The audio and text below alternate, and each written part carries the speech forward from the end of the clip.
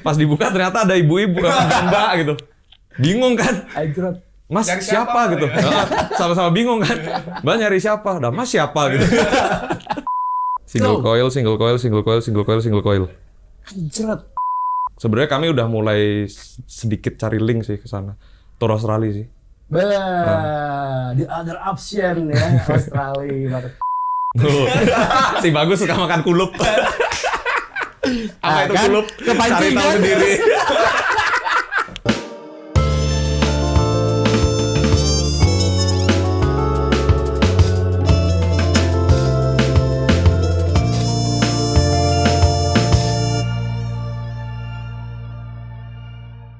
Oke, tadi udah ngobrol banyak hal lah tentang musik dan skena ya bersama Charlottes nih. Nah ngomongin, tadi di awal saya sempat ngebahas nyinggung ini lah. Charlottes sekarang lagi tour sekarang tuh ya. Gokil. Ini berarti udah titik keberapa sekarang? 13 kurangi 4. 9. 9. Semalam 9. Nah, semalam yang ke-9. Semalam 9. Besok ke-10. Berarti tinggal 4 lagi ya. 4 lagi. Nah boleh ceritain nggak buat tour kalian tuh kalian dari mana sampai kemana rencananya tuh? Jadi tour kami itu bermula dari Salatiga. Enggak, jadi gini, tour kami dibagi jadi 2 chapter. Jadi chapter pertama itu di area Jawa Tengah, di sekitaran Jogja lah. Itu kami tour bersama band black metal, Kilat. Oh Kilat. Jadi itu dari Salatiga, Semarang, terus Magelang, dan Klaten. Klaten. So, istirahat dulu seminggu. Seminggu ya? Seminggu. Istirahat seminggu, terus lanjut ke chapter 2. Chapter 2 dimulai dari Bekasi, terus ke Bandung, Jakarta, Tangerang. Awalnya Tangerang, tapi cancel, diganti ke Serang. Terus ke Cipanas, Cianjur, lalu di Cirebon. Terus kami pulang dulu, istirahat. Lanjut lagi ke Singapura, Kuala Lumpur, Bangkok. Finish di Bangkok. Oh jadinya Bangkok fix ya? Bah, ini setelah Journey to the West ya. Kan tadi ke Bandung, ke Jakarta juga ya. Charlottes Journey to the West ya tadi ya. Nah mereka yang menarik ini rangkaiannya panjang banget nih dan pasti bawa pengalaman menarik lah dari selama tour ini. Coba ceritain lah sedikit pengalaman yang jangan yang menarik ya, yang absurd ya. Biasanya kalau tour ada pengalaman absurd, boleh ceritain lah dikit-dikit. Dan tolong jangan disensor ya sama orangnya. Kalau terlibat dengan orang lain biasanya ada tuh. Apa ya absurd? Gimana? Kalau yang terbaru waktu di Serang kemarin nih. Jadi di Serang itu kan kami nginapnya di ruko. Jadi di panitia punya ruko gitu kan. Punya ruko lah gitu. Nah itu kosong gitu emang buat naruh alat kolektifnya mereka gitu di lantai satunya. Nah kami nginapnya di lantai 2 gitu. Nah tapi di ruko itu sering dibuat orang tuanya untuk kegiatan mengajar ngaji gitu, ngajar ngaji. Nah kan kami nanya tuh, oh biasanya si ibu ngajar ngajinya kapan aja mas gitu. Oh ini kok weekend gitu. Sabtu Minggu. Nah sedangkan kami main kemarin hari apa? Rabu ya? Hari Selasa lah. Nah ya udah kan kami nginep di situ tidur gitu. Terus pagi-pagi itu ada yang gedor ruko. Jadi teman kami nggak ikut nginep situ, dia pulang. Nah, Sunlotus doang. Terus ada yang gedor-gedor kan. Itu baru aja bangun lah kami. Yang masih tidur si Zul doang lah, masih Udah bangun dia. Baru banget. Bangun semua sih. Terus ada yang gedor-gedor kan si Zul, biar dia bangun, kami yang suruh dia ngecek gitu biar langsung bangun kan. Coba tuh dicek tuh, dibukain pintunya apa rukonya gitu. Ternyata dia tuh udah siap-siap mau selamat pagi. Kayak gitu. Pas dibuka ternyata ada ibu-ibu mbak gitu. Bingung kan? Mas siapa gitu? Sama-sama bingung kan? Mbak nyari siapa? Dah Mas siapa gitu. Ternyata mau dipakai ngaji. Tapi bukan sama ibunya si Mas ini panitianya. Jadi emang rukonya ternyata emang dibuat kayak sejenis apa namanya? Ya kegiatan masyarakat lah gitu. Nah sedangkan ada jadwal hari itu pagi itu kami nggak diinfo. Nah itu posisinya kami masih baru bangun, masih ngiler, masih belekan. Terus buat ngaji ya jam berapa? Sekarang. Ini udah pada OTW. Duh gimana? Bentar ya mbak, cuci muka dulu gitu. Langsung pada buru-buru nggak sempat mandi tuh. Mana di Serang panas lagi kan, panas banget tuh. 40 derajat, jam 9 pagi 40 derajat. Mantap. Terus langsung cabut lah kami tuh. Ya Terus, gitu tuh. Kalian langsung ini nggak? Kenapa nggak bilang ada acara kayak gini? Gitu. Ya, enggak lah. Oh, Jangan. enggak. Udah dikasih tempat numpang. Asik. Oke. Berarti itu kalau saya di kondisi seperti itu sepertinya mau ngumpet ya, malu soalnya tiba-tiba digedor sama orang yang gak dikenal ya. Terus selain pengalaman absurd kayak gitu, biasanya tour tuh momen saling mengenal satu sama lain lah ya, dengan personil tuh. Kan biasanya kalau ngeband latihan, rekaman biasa aja gitu. Tapi karena tour kan kalian jadi lebih intens, ketemu tiap hari di jalan gitu. Ada nggak nih kayak sifat-sifat terbaru antara personil yang kalian baru tahu selama tour? Enggak, biasa aja, enggak ada. Biasa aja sih. Biasa aja. Oh iya, Iya, soalnya ini udah tur keberapa buat kami? Keempat. Kita bareng. nggak ada hal yang wah ternyata dia suka makan upil gitu nggak ya? Si Bagus suka makan kulup. Apa itu kan? kulup? Kepancing Cari tahu kan? sendiri. Kulup cari tahu sendiri ya. Iya, Tapi kulupnya dia kulup Malang, kalau kulupku kulup Blora. Jadi artinya beda ternyata. Tapi Kan boleh- biasanya kalau dipecel itu ini loh kan sayur rebus tuh. Iya. Ya, itu kalau di Malang, kalau di arti di Blora cari tahu sendiri deh. Mending kita kasih tahu aja mas. Apa puluh di luar? Saru soalnya. Iya. Oh, Jadi- terlalu eksplisit ya. Ya, Eksplisit ya, ya. ya nanti kalau ini kalau nggak cocok disensor aja. Ya, Jadi kulit yang disunat tuh. Itu namanya kulup. Jadi kan waktu di mobil tuh, dia kan makan duluan. Terus aku nanya kan, makan apaan tadi Gus? Makan kulup. Aku sama si Zul ketawa kenceng kan. Anjir gitu. Apaan? Kulupan gitu. Fuck gitu. Kamu tahu gak sih kulup itu apa? Karena perbedaan makna ini ya. Oke. Anjir. Pikirannya udah jauh. Tapi nggak apa-apa sih, pas itu bentuknya kayak sate kulit lah ya. Itu mirip lah kalau kamu beli sate tusuk itu mirip ya. Ini harus digaris bawahi juga. Jadi kalau kamu ngeband dengan orang berbeda kota, tolong pahami bahasa kota lain ya. Jangan sampai terjadi kebodohan seperti ini nih. Itu main absurd juga. Tokai. Oke, udah cukup terlalu absurd. Takutnya makin gila ya, kedepannya bahasanya takut makin aneh nih. Kita ngomongin tour lagi deh. Nah, tour yang sekarang ini kalian ada tujuannya ke luar negeri ya, internasional, ada Singapura sama tadi ke Bangkok ya. Itu intensi awalnya kenapa sih bisa milih akhirnya kita coba untuk tour Southeast Asia? Jadi Kita lupakan dulu club ya, sekarang kita lupakan dulu. Tour, oke. Jadi kalau dari aku sama Zul, kami udah pernah sih sebenarnya tur ke luar negeri lah.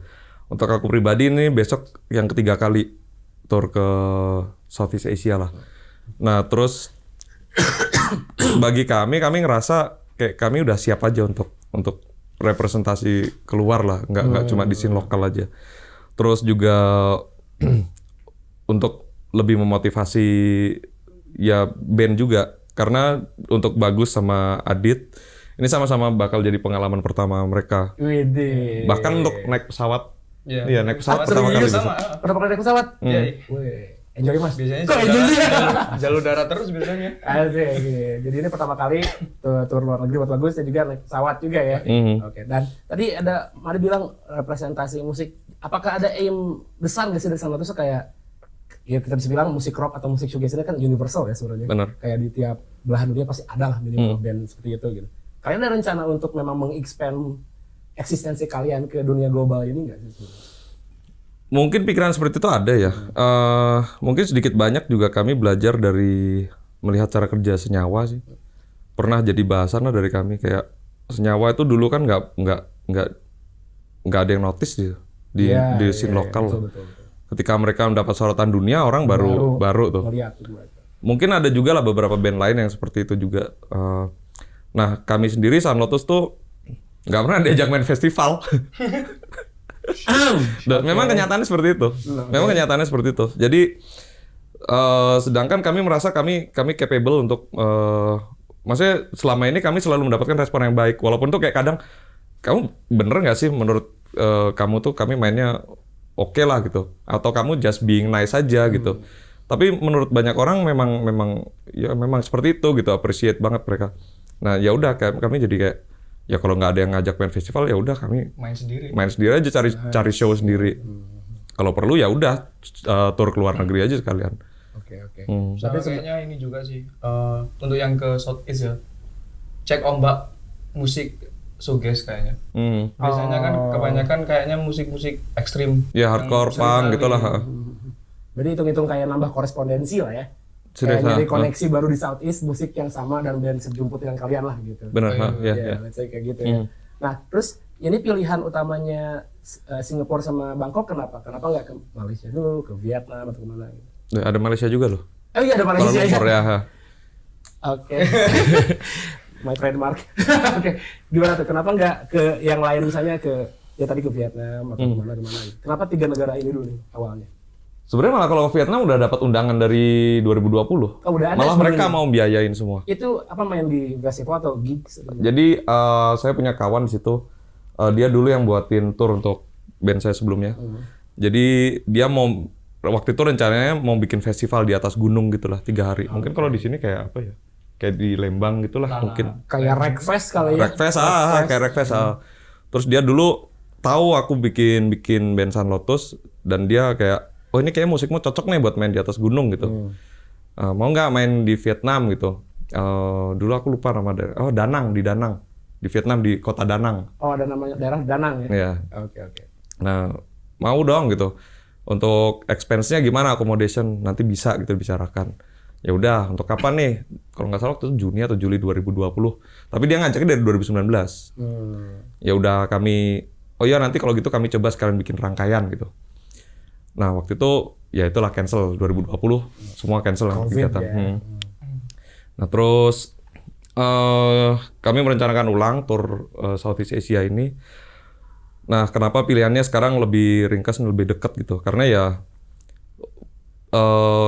untuk Singapura, Malaysia itu udah kayak main ke tetangga lah, main ke kota sebelah. Iya. Jadi ini untuk, ya itu tadi bagus bilang untuk cek ombak dulu, karena ini bakal jadi tur internasional pertama kami. Terus juga sebuah tantangan juga sih untuk kami nyoba main di audiens yang baru gitu. Karena sebelumnya kami tur di sana itu kan dengan band yang hardcore ekstrim lah. Itu selalu animonya selalu bagus. Nah ini pengen nyoba dulu gitu gimana kalau di sana. Nah tadinya pun di Malaysia tuh pengen beberapa kota. Oke. Jadi kalau di Malaysia kan ada beberapa kota tuh yang potensial tuh selain Kuala Lumpur. Ada kayak Melaka, Johor Bahru, Kuantan, Penang, Kedah dan lain-lain. Tapi waktu kami kemarin koordinasi dengan organizer di sana, malah mereka yang agak minder gitu. Jadi kaminya pengen gitu, tapi mereka khawatir takutnya nggak ada market untuk shoegaze di sana, alternative Wah, rock. Ada kayak gitu ya? Oke. Terus mereka coba di Kuala Lumpur dulu deh gitu. Nanti biar orang-orang dari negara sebelah, negara tuh provinsi kalau di bahasa sana. Provinsi sebelah tuh pada kumpul di Kuala Lumpur gitu. Karena itu juga pas weekend. Oke. Nah, mereka nyaranin mending habis Kuala Lumpur langsung ke Bangkok. Nah, di Bangkok sendiri kami suka nyampah sih tweet dengan band Thailand juga. Oh, ada. Death of Feather itu. Oke. Jadi di situ koneksinya termulainya dari situ sih. Kebentuk. Kebangun. Jadi emang dari niatan awalnya sebenarnya buat cek ombak dulu dan benar menarik juga sih bener ketika kita perhatikan banyak band ya mungkin dari lingkungan kita ya dari hardcore punk biasanya yang lebih sering untuk keluar negeri dan band yang macam kayak Sun Lotus nih yang mainin shoegaze atau ya indie rock kayak gitu alternatif rock asik diplomasi sekali ya jarang nih yang tour jadi ya siapa tahu dengan Sun Lotus Tour ini bisa membuka korespondensi baru lah ya dan akhirnya put Indonesia on the map again anjing berat anjing ya. Oke. Nah setelah Southeast saya sih sedikit mencium ada keinginan ya sebenarnya dari Sun Lotus untuk tur ke negara lain kayak setelah Southeast. Boleh bocorin nggak nanti kalau sehat, rezekinya ada, waktunya ada, mau tur kemana Bocorin nggak lagi? Bocorin nggak? Tadi sih udah ada obrolan off record ya sebenarnya, tapi biarkan mereka aja. Silakan mau dibocorin atau enggak. Silakan. Iya ini sebenarnya belum terkonfirmasi juga ya masih wacana lah dan angan-angan. Banget. Ya angan-angan lah. Tapi udah ada timeline lah kurang lebih. Oke. Jadi kalau yang pengen banget dan ini bisa terrealisasikan dan sebenarnya kami udah mulai sedikit cari link sih ke sana. Tur Australia sih. The other option ya, Australia. Ini dalam proyeksi jangka dekat atau jangka masih lama, masih ngawang tuh? Jangka panjang, karena kami nyadar untuk tur Australia modalnya butuh lumayan banget. Jadi kami perlu nabung, perlu ya ngumpulin modal lah untuk itu. Terus kami juga, ya ini juga masih angan-angan lah. Gak apa-apa, jadi yang nonton episode Studi Jelas kali ini bisa mengamini ya, mengamini ikhtiar San Lotus. Jadi ini bisa dibilang terinspirasi dari salah satu band ternama nih di Indonesia nih, Girl Gang. Oke. Jadi mereka memotivasi, khususnya aku lah, memotivasi aku banget untuk mereka kan pernah tour yang 30 hari tuh sebulan. Iya, itu yang panjang banget. Panjang banget. Nah, jadi aku pengen nyoba lajur itu juga. Tapi mungkin lebih banyaknya di luar negeri. Mungkin kurang lebih hampir sama lah dengan Saturday Night Karaoke tuh. Banyak negara tuh. Nah. Jadi pengen nyoba beberapa titik di Southeast Asia yang mungkin masih banyak orang yang belum nyoba. Tapi udah ada beberapa gitu. Contohnya kayak di Filipina, terus Taiwan, Hong Kong. Pengen juga South Korea sih, terus nanti lanjut ke Jepang gitu. Jadi sekalian babat banyak, sekalian keluar sekalian banyak gitu. Jadi nggak cuma kayak misalnya dari Indonesia ke Filipina terus pulang. Jadi sekalian searah gitu. Iya. Berarti ini the real journey to the east. Journey to the north dong. Oh, journey to the north ya. Wah, jauh banget ke north ya. Tapi rencana ini adalah rencana yang bagus sih menurut saya karena seperti yang kita ketahui Indonesia ini paspornya kurang powerful sebenarnya ya sih dibandingkan negara tetangga kita. Tapi ikhtiar macam ini patut kita contoh dan amini. Maksudnya banyak potensi band-band keren di Indonesia gitu yang nggak kalah lah sama band-band luar negeri lah katakanlah. Dan harusnya sih banyak juga band-band teman-teman atau siapapun itu yang main musik untuk mencoba berupaya gitu untuk bisa membawa musiknya lebih jauh lagi sih menurut saya, dan itu hal yang baik sih. Jadi mari kita amini ya ikhtiar San Lotus biar bisa tur internasional makin jauh lagi ya. Amin. Nanti kalau udah tur bagi link ya. Nggak kebalik nih. Ya gila. Bisa anak ada ya. Tapi kita amini aja lah. Oke. Dan tentunya setelah ngobrol panjang-panjang sih enaknya kita main pop quiz. Oke. Aduh.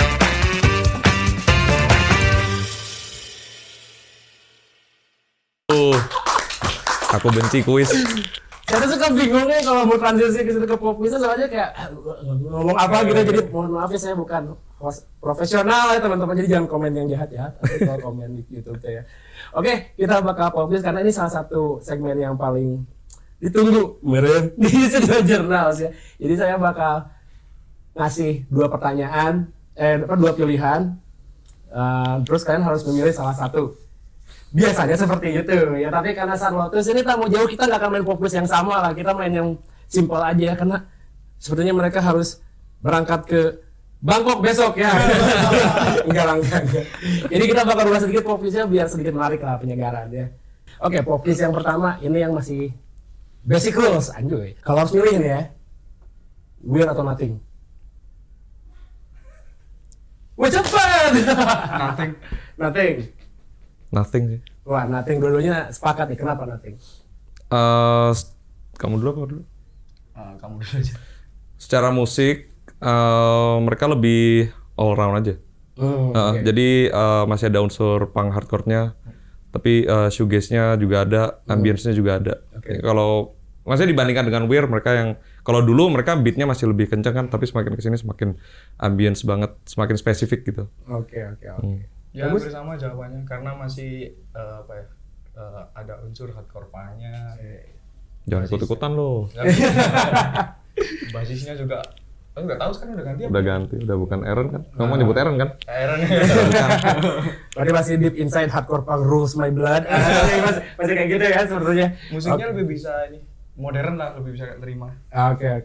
Nah, ini menarik, ternyata San Lotus menyukai nothing. Oke. Fokus yang kedua, siap ya? Ini agak cepat lagi nih. Karena berkaitan dengan shoegaze yang care soal peralatan musik ya. Ya. Kalau kalian harus milih nih, mending beli pedal butik atau mending beli pedal yang biasa, tapi kalian kulik lagi komponennya biar mantap suaranya mana? Pedal biasa. Pedal biasa bagus. Karena aku bukan gitaris ya. Oh iya ya. Kamu pedal ini berarti pedal kick. Pedal drum. Ya mungkin pedal biasa. Oh, pedal biasa ya. Jadi mana tadi Pedal biasa. tapi dikulik lagi. Kenapa? Lebih terjangkau aja. Serius, pedal butik, no offense ya, pedal butik rata-rata tuh lumayan mahal. Sedangkan biasanya pedal butik tuh juga basicnya dari pedal yang diproduksi massal gitu. Iya. Jadi dengan kita pakai pedal biasa tapi diulik sebenarnya juga bisa lah dapat yang tadi itu. Karakter. Yang dikejar itu karakternya. Sebenarnya pedal butik juga kenapa harganya mahal itu kan lebih ke eksklusivitas ya. Kayak dibuat limited gitu. Ya. Sedangkan kalau butuhnya, apalagi kalau untuk band yang sering di jalan lah tour, alat tuh pasti sering banget rusak. Jadi disposable banget alat itu. Jadi aku nggak terlalu mikir kayak ini yang mahal dan bergengsi gitu. Iya. Jadi gampang diservis juga ya. Oke, Serius. Berarti dari segi durability ya. Fungsi dan durability. Ya, lebih aman yang pedal biasa aja. Ya, menarik ya macam. Ini shoegaze diplomatis ya ternyata. Enggak yang shoegaze banget ternyata nih. Nah, tapi masih gue dikomen ya ngomong kayak gitu. Maafkan tulisan shoegaze, jangan cancel lagi. Oke. Oke, fokus yang terakhir ini kita spesifik buat Made aja nih. Tadi jawaban soal pedalnya lumayan serius. Nah, sini serius juga ngomongin soal musik nih ya, soal gear dan alat-alatnya. Made saya mau tanya dan jawab secepat mungkin ya. Coba sebutin 5 pick up gitar yang pas buat mainin heavy music. Single coil. Anjret, jawaban macam apa itu? Tadi kenapa single coil? Kenapa? Twangy. Oke. Tapi padahal aku nggak pakai single coil juga ya. Nah, terus kalau jawab di single coil? Tapi serius enak sih. Ya sebenarnya kalau untuk live aku untuk aman sih, karena untuk aman aja jadi ngambil humbucker. Tapi untuk rekaman tuh banyak juga pakai single coil aku. Jadi sebenarnya bukan masalah kayak selera atau apa sih, tapi untuk lagi-lagi untuk menantang diri sendiri. Dulu tuh pernah aku bikin ada mindset kayak gini. Bisa nggak sih aku bikin musik yang heavy dengan tuning standar dan pakai single coil? Ya itu hasilnya di Salt House itu. Okay. Single coil semua tuh. Single coil naik pickup. Oke. Semua naik pickup. Sampai si Zul mau rekaman kan naik pickup. Nggak boleh bridge. Oke. Single coil semua. Tuning standar semua. Berarti ya jawabannya terjawab lah, single coil doang ya ternyata. Tapi jawabannya masuk akal, tepuk tangan dulu buat Sanlotus dan Made ya, dan bagus. Semua jawabannya dijawab dengan cepat, cerdas dan taktis. Oke, ini pertanyaan terakhir dan ya sebenarnya yang paling tricky lah buat semua kamu di sini. Ada 4 ternyata. Ini buat jadi ini pertanyaan tutup lah ya. Oke. Kan tadi yang pasti rencana tour lagi dijalankan sekarang, terus ada jangka panjang mau tour luar negeri lagi gitu ya. Tapi what's next yang terdekat nih buat Sanlotus? Apa yang baru kerjain? Baru semalam sih keluar, ayo bikin lagu lagi buat maxi single, dirilis awal tahun. Wih, oke. Lagunya belum ada. Tapi baru mencanangkan gitu ya. Ya udah ada, ayo besok awal tahun rilis. Oke, berarti lagu baru ya awal tahun. Oke. Ada lagi? Sama album kedua. Sebenarnya kami udah mulai nulis album kedua sih. Jadi waktu habis proses rekaman EP Fever sampai rilis kan nganggur tuh. Ada mungkin jedanya 5 bulan. Ya 5 bulan 6 bulan. Dari Januari. Kami rekaman tuh Januari ya. Januari rilis Juli, berarti 5 bulan lah. Nah itu kami benar-benar nggak ada agenda, nggak ada live show atau apapun. Ya ada live show tapi mainnya di Jogja, jadi yang enteng lah. Terus daripada bengong kan, jadi bikin lagu lagi aja. Sambil mempersiapkan tour ini gitu. Oke. Berarti yang terdekat tadi ya masih single, kita tunggu nih, masih single awal tahun. Terus album baru lah ya. Dan semoga bisa terlaksana dengan cepat. Dan tentunya yang paling kita amini sih dan saya harapkan akan terjadi ya tour kalian ini. Kalau kalian tour internasional ini akan terjadi, ini sebuah kebanggaan buat kami teman-teman di Skena. Dan kalau Sanlotus bisa berangkat, mari kita doakan biar Sanlotus bisa berangkat ya. Makasih banget buat Made dan Bagus sudah ke Jelas ya. Kami senang banget nih jauh-jauh dari Jogja, dari Jogja ya sekarang untuk berangkatnya dari Jogja kemarin soalnya. Kalau kemarin berangkatnya dari Blora, bilangnya dari Blora. Dari mana ya? Ngomongnya dari Jogja sekarang. Jadi makasih banget buat Sanlotus, terima kasih sekali lagi buat Sanlotus. Semoga tour lancar, rencananya semuanya terlaksana dengan baik dan lancar juga sih, seefektif mungkin juga ya. Dan juga terima kasih buat kamu yang udah nonton episode Studio Jelas bareng Sanlotus kali ini. Dan saya nggak akan capek-capeknya buat ngingetin kamu buat like, subscribe, dan yang paling penting apa coba? Ferry apa yang paling penting? Yang paling penting apa selain sama like, subscribe? Bukan share ya kamu ya. Jadi harus share sebenarnya. Oh iya, share. Yang paling penting itu jadi jangan biarkan episode ini hanya mengendap di circle kamu saja. Circle lain juga harus tahu ya. Circle penyuka ini, circle penyuka itu. Nonton episode Studio Jurnal semuanya karena kami melakukan ini dengan passion. Anjir. Oke, saya Prabu Pramagga. Sampai bertemu lagi di episode selanjutnya. Episode ini disponsori oleh Arena Experience.